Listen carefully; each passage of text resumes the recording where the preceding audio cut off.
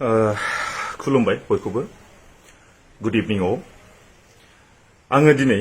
मोनसे कन्टेन्ट लानानै फैदों बे जाहैबाय आलफ्रेडनि सायाव एन्ड फार्स्ट अफ अल आं आलफ्रेडखौ आं बुंगोन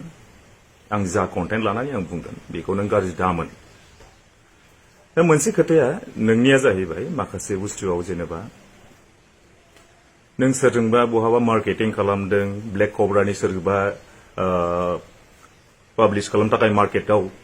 दा जेनेबा बे बुस्थुखौ नों थांदों सोरबा लिंहरदों ठीक आसे नों कन्टेन्ट बानायनानै नों बेखौ होदों ठीक आसे जों जेबो बुङा ब्लेक कब्रा टेक कब्रा ठीक आसे दे खिन्थु मोनसे खोथाया जाहैबाय दिनै नोङो सोरजोंबा बहाबा थांनानै बहाबा मा होनोमोनलाय सोरबा ग्रुपआव नोङो सोरबा लेडिसफोरजों थांनानै मोनसे ग्रुपआव नों माबा मोनसे माबा दल दामै दामै माबा वाटारमेलन बा सावरि जानाय बादि मा वाटारमेलन माबा माबा फेदेरनांगौनो मा नांगौनो मा खोथा बेलाय आरे बाबा नोंखौ सोरबा ब्लेक कब्रा दिहुनग्रा सोरबा आब'आनो सोरबा लिंहरबाय ठीक आसे दे नों बेखौ थांबाय लिंहरनाय हिसाबै नों बेखौ गावनि मार्केटिंनि थाखाय नों बेखौ पाब्लिश खालामना होबाय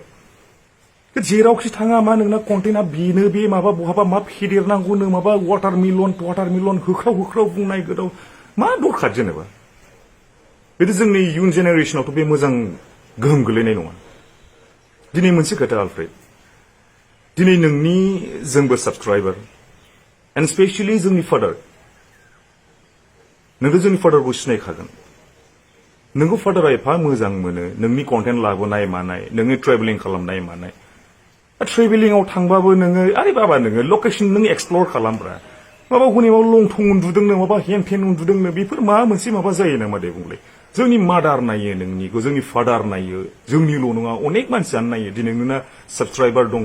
आंबो निजे साबस्क्राइबार नोंनि खिन्थु जोंनाथ' इयुन जोलैयाव बे बुस्थुआ बिराद गाज्रि गोहोम गोलैगोन